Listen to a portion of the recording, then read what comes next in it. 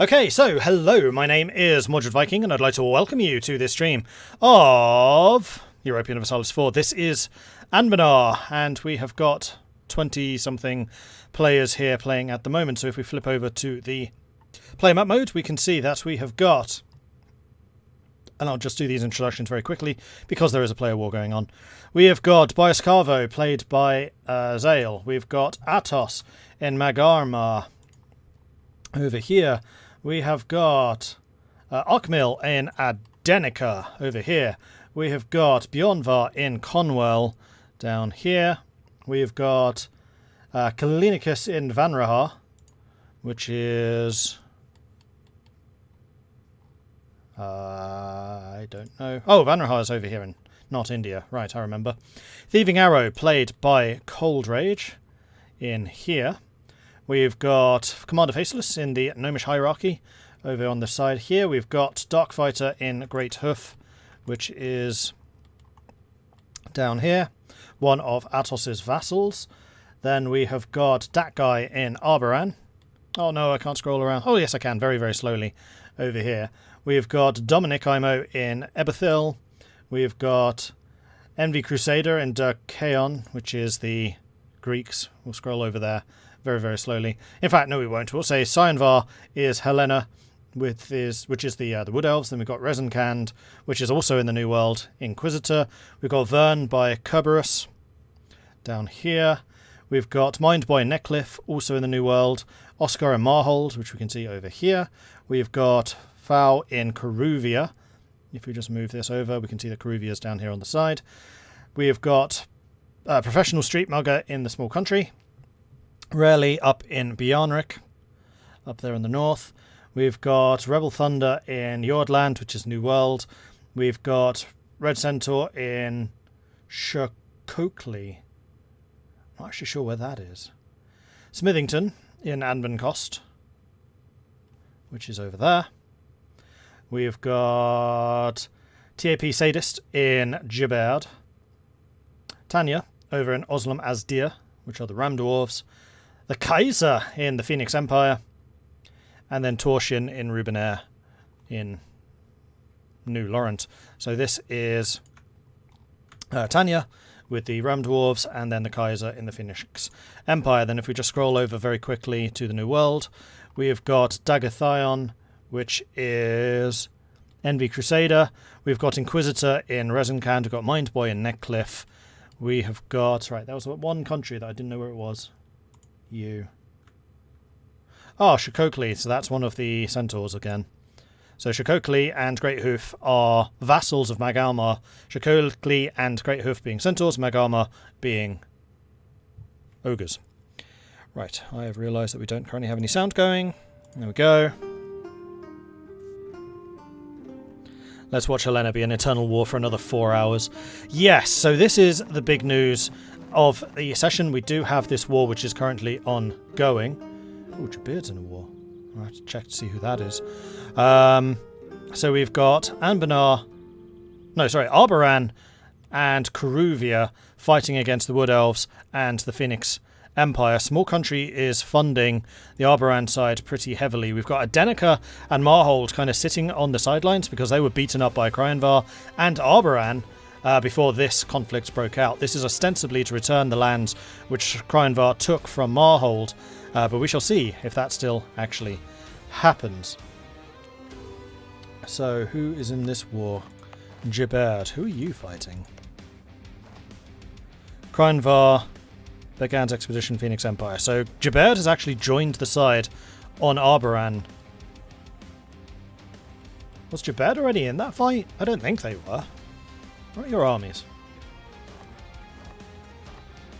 Well, your armies are already over here.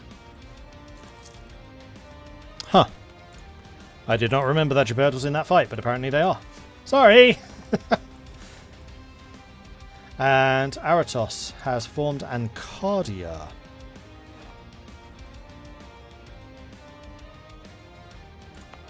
Who is Ancardia? A vassal of Arboran. Who was Atos playing as? Sorry, Aratos. Or is this a new player? Okay, so what's Ancardia all about? They've got land maintenance modifier, land fire +1, military free policies +1, so they're going to be very militaristic. Land fire damage +10, army drill modifier 25, discipline +5, corruption -0.1, Escani Academy of War, yearly army tradition decay -1, miltech -10, national manpower modifier +10, land force limits +20, dev cost -10, then fire damage received -20. Wow, okay, so Ancardia is Prussia. I think Ancardia really is the Prussia of Anbennar. So I'm just going to scroll back down to the Kryenvar fight because I want to see the Phoenix Empire coming in with increasing numbers. Phoenix Empire initially was somewhat reserved about their direct involvement in this conflict, but they have been ramping up their presence, while Kryenvar has been suffering some pretty hefty manpower losses, and Kryenvar's armies are mostly mercenary at this point, as are admittedly their opponents. So if we switch over to Coruvia, we can see that Coruvia's armies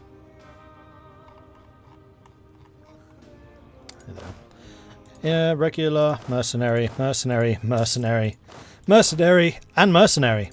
So I think that pretty much everyone is pretty heavily tapped out at this point, and is using a lot of mercs. Let's take a look at Arboran.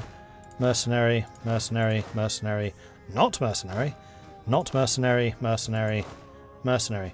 So it looks like they've got 2 units of 15,000 artillery, which they're using to siege things, which are the regular forces. But Arboran does still have 40,000 manpower, and if I remember correctly, Arboran actually has quite a few modifiers to making their mercenaries better. So Arboran likes this situation, whereas Kryenvar and Phoenix Empire do not. But money is going to be the next ticking bombshell here, because Arboran's not getting subsidies. Oh, have the subsidies dried up? No, so Small Country is still feeding money to Coruvia, who until now was losing money. Coruvia does already have 7 loans worth 1,600. We've got Arboran, 5 loans, 1,300. We've got Kryenvar, which I think is actually in worse financial straits. They're 5,000. Ducat's down with 12 loans. And then the Phoenix Empire is down 4 loans to 2,000. So the Kryenvar side is definitely worse off financially at the moment. And I think that is in large part because of Small Country's financial assistance. Small Country, of course, being a quote-unquote neutral player right now, whereas the Phoenix Empire, which has been the money front for Kryenvar, is actively involved in the war. So as their own costs go up, they can afford to send less money to Kryenvar, although Kryenvar does tend to have quite a lot of money, because unlike Small Country, Phoenix Empire is just sending money as gifts, whereas Small Country is doing it as subsidies. And to be fair, Helena's been at war for over 60 years non-stop. This is true. Yes, for the entirety of the previous session, Kryenvar's been fighting. So first of all, she had the war between against Marhold and Adenica. Then Arboran declared war on Adenica, allowing Kryenvar to beat Marhold. But that was already a very, very costly war, which cost most of the Wood Elven manpower, which was their main advantage. And now that the Wood Elves are out of manpower, I think they're starting to struggle. And in fact, I don't just think. They are starting to struggle, because we're actually seeing these incursions moving on into Wood Elven territories now. And where's the Wood Elf capital? Easy way to find out. If I deselect you, click on you, and then click on your shield, should take me to the capital. The capital was actually one of the first things occupied. And we currently have the Marhold, Arboran, Condottieri holding that position just in case. 58,000 Arboran forces with a Mage General, 10 Shock in charge, versus the Kryenvar forces that just have some really good generals. A 5-5-4-3. But that's just a regular general. So at the moment, Arboran's still just sieging down the fort there. And Cardia is going to be in the war as well as a vassal. So we're starting to see quite a few players being reseeded as vassals. And this is always one of those things I'm just never sure about in multiplayer games like this, because it effectively increases the number of eyes that a single country has on that country. So we've now got Arboran and also Ancardia, basically the same country, We've got Magarma, Plusher, Coakley and Greathoof, basically the same country. We've got Eberthil and Swampland, basically the same country.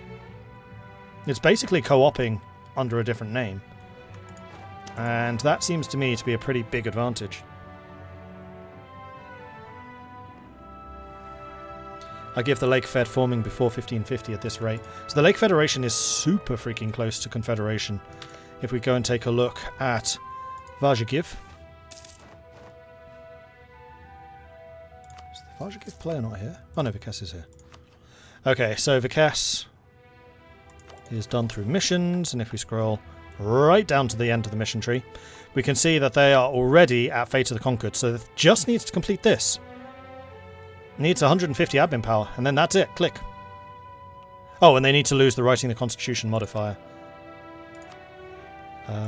Which is... oh, another hot shine. Who's this?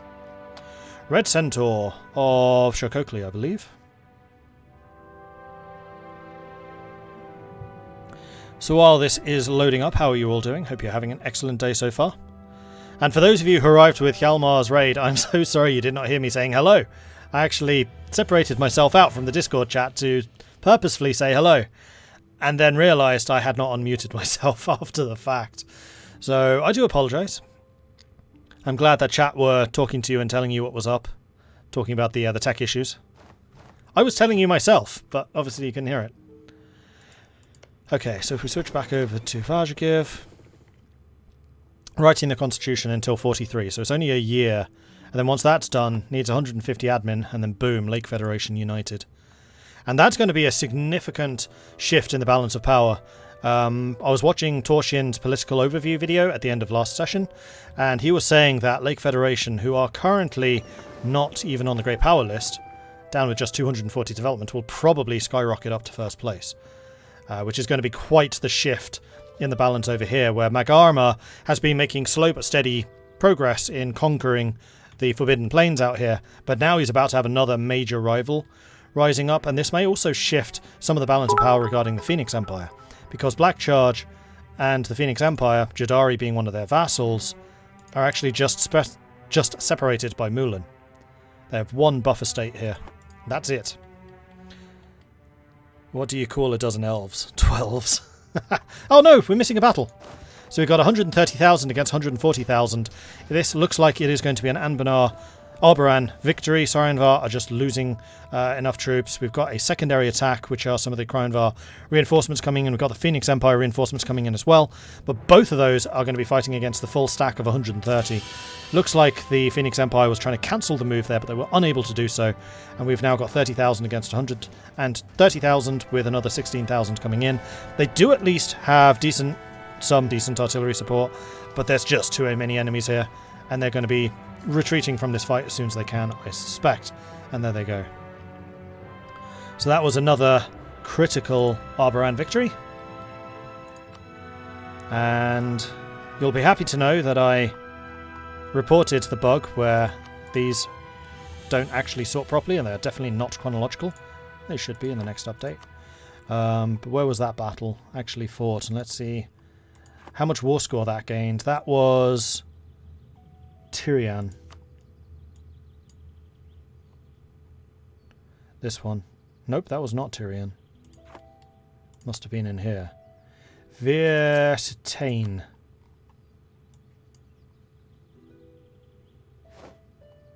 Another hot join. I can't click anything.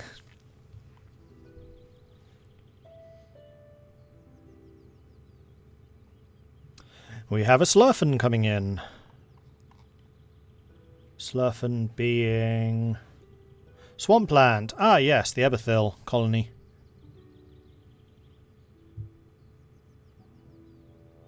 And Cardia up there with the Cannon Dwarves for Fire, Phase, Death and Destruction.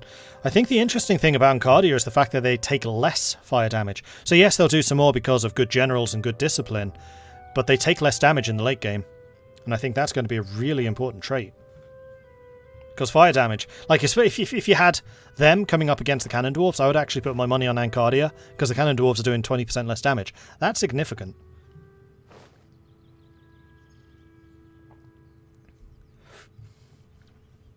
Alright, so we were clicking on Krynvar, we were clicking on Vir Thingy-Mablibby, Vir Sinten, here we go, there they are.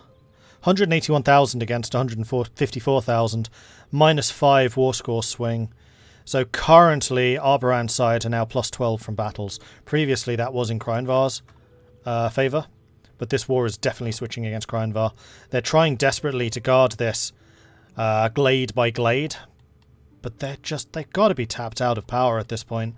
And some of the surrounding empires are probably looking at this with some interest.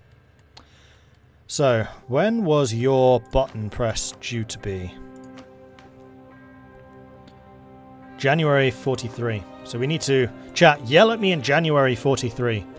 Or in fact, yell at me in December 42, so we can go and keep an eye on the Lake Federation and hopefully catch the auspicious moment that they press the button.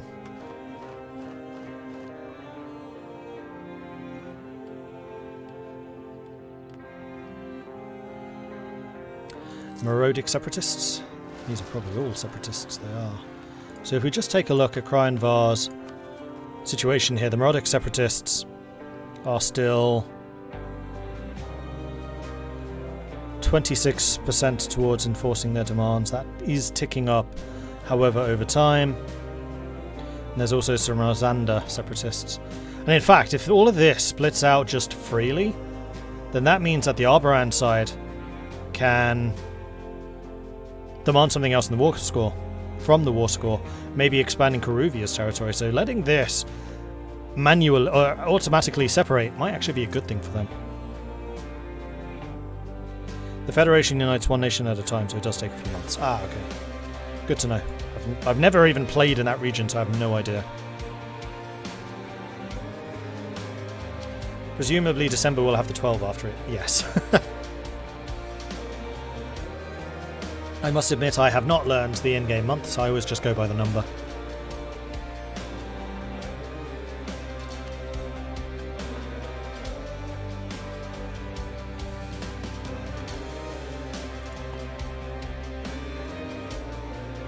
I'm a little surprised they're not going to siege this. Is Road Warrior one of the vassals? Nope. Road Warrior is independent. And there's another fort, that's more war score. Worth 7%. Oh, and we also have an Arborand army over there. That might be why, because their siege army is already busy doing other things. So they're now walking away. And Marhold... Oh, they're retaking the Rosanda territories, but probably not the Morodic. And these guys are probably marching over to Hornwood.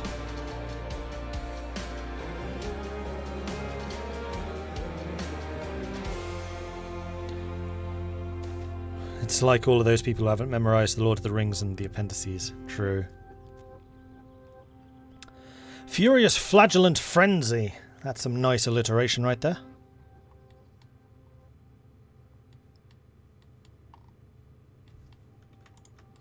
So one of the big question marks for this was the Cannon Dwarves, which unfortunately the player is not here. So we're going to see if the AI can do anything more to accelerate Ovdal Khanzad's growth this session, because some of the commentary that was offered up was that they've been a bit slow off the mark. But they've only really got one major enemy nearby, and that's the Command. The Command not exactly having the best time of things, because they're not actually adjacent yet to Phoenix Empire, though they are not far away. Phoenix Empire are coming in. And in fact, Phoenix Empire is at war with Ovdal Khanzad.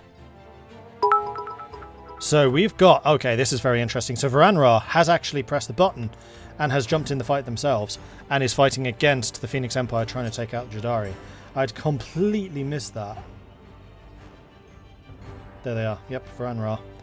And they're allied to Ovdal Khanzad, so Ovdal Khanzad's actually the one doing most of the sieging at the moment. We do have a couple of Phoenix Empire armies down here in the south, but this means that the Phoenix Empire is now going to be fighting a war on two different fronts. So Varanra is taking off some of the pressure from the Arborand forces and should be able to win a relatively easy victory here. They don't have a huge amount of manpower, but that's because their maximum isn't that high. Their finances are looking pretty decent. And their armies are still back there. So they don't seem particularly willing to fight. They're just kind of letting Ovdal Khanzad and their minions do it for them. In fact, they haven't even raised their army maintenance.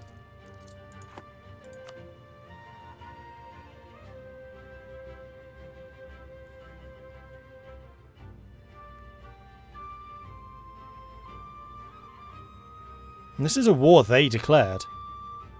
I think they really are just kind of expecting their allies to do this for them. And then they don't have to lose anything. I'm not sure that's a wise decision. Because the Phoenix Empire is here with some pretty big armies. You kind of want to be supporting this. Because while Varanra might have the manpower at the moment, they do not have the financial resources and they do not have the military quality. Actually, that's a lie. Their military quality is actually really good because of their wars against the command.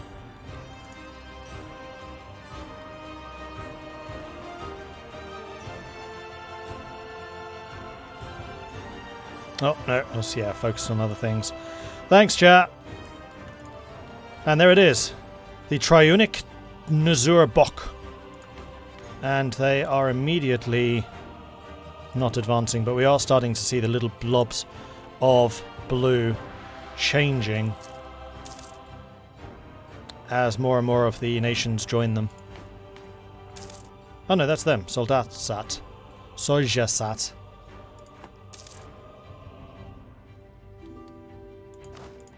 So currently 6th. I'm not sure that they will actually go first. I think they may go like 4th.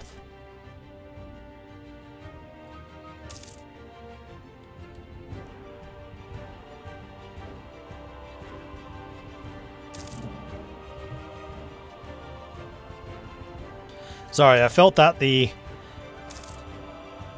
intervention of another major power into the big war going on right now is worth covering. But yes, you did your job, chat. Thank you. Second. Still second.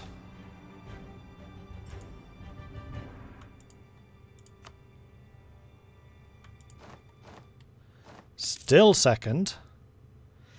Still second. Still.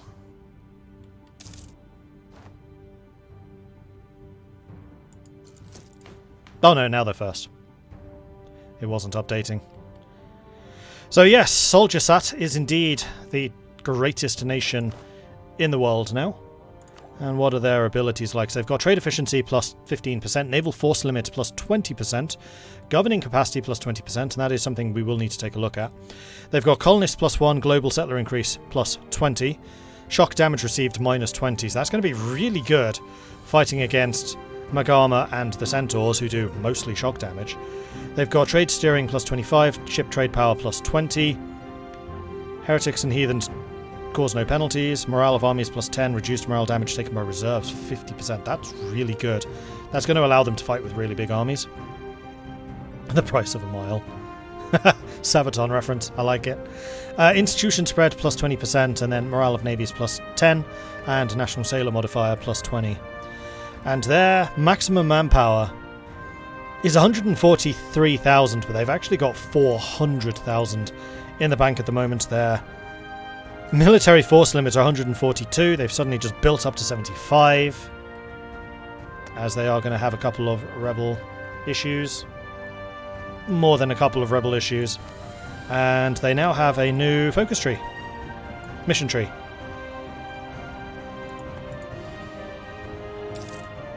So there we go, the Trade Federation has been set up.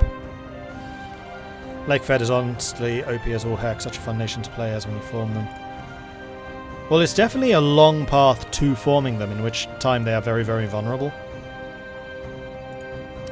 Meanwhile, Phoenix Empire is slowly but surely rolling up the guys attacking them, because these guys are just not committing, and in fact are themselves being sieged right now. So I really don't understand what Varanra is trying to do here. Are they just trying to take some of the pressure off of Arbaran? And Adenica is also in a war at the moment, which doesn't seem to be going their way. Against Hammerholm and Rosand and Covenblad.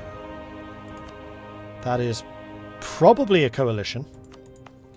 They've been growing a little bit too quickly there. And some people got a little bit upset. Actually, is that a coalition? No, it's not. The Anbennar conquest of Sapphire Watch. Which is there. It just seems that they've bitten off a little bit more than they can chew. Meanwhile, the forces seem to have cycled around to this side now and have repulsed one of the Arboran sieging forces. They're still sitting on minus 35%. We've got 844,000 losses on Krynvar's side and 1 million losses now on Karuvia's side, with a further 500,000 losses from attrition. So we're at like 2.5 million losses, more or less.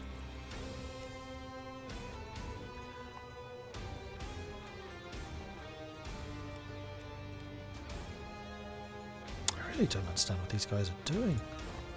Okay, so they've recovered their morale. Oh, they have their own unit models. The tiger people. I like the way they've done that. That's funny. It's basically Aztec Jaguar warriors, except they've blanked out the face.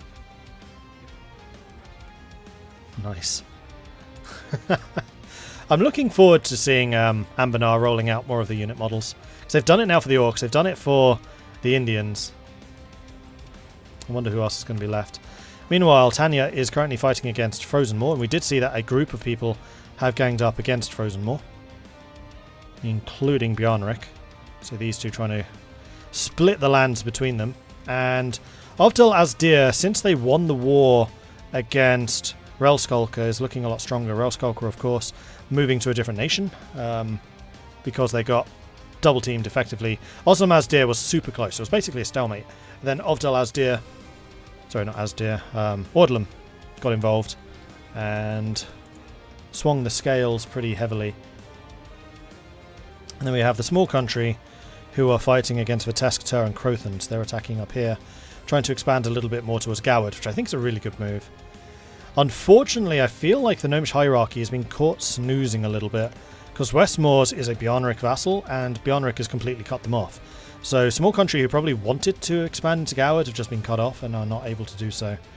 So they are instead going to be focusing on colonial efforts, and they have started a couple of colonies up there, but they are going to be in a rivalry with Bjarnrik over the colonies, and Duran as well. So whereas Vern and Ebethil have done very well colonizing this area, it looks like the gnomes and Bjarnrik are effectively going to be fighting over the scraps. Meanwhile, we've got Bois Carvo controlling everything outside of the rim, basically to stop the colonizers coming in, I would imagine. We've got Jordland, who hasn't done a huge amount of expansion. Oh no, they're moving down here into the south. Okay, we're probably going to expect them to fight against Haraf soon. We've got Ebethil here as well. And then we've got Rezenkand taking over this region. Neckcliff kind of turtling down. Now, one of the things that I know Neckcliff requested was to be changed into the Admiralty, but they did not get that. And I also heard earlier that there was another election and Vern won it again. Somehow, although nobody is currently voting for them. Lord Darren of Baggerstead came into power for... Oh no, next election. Wait, that's not Vern.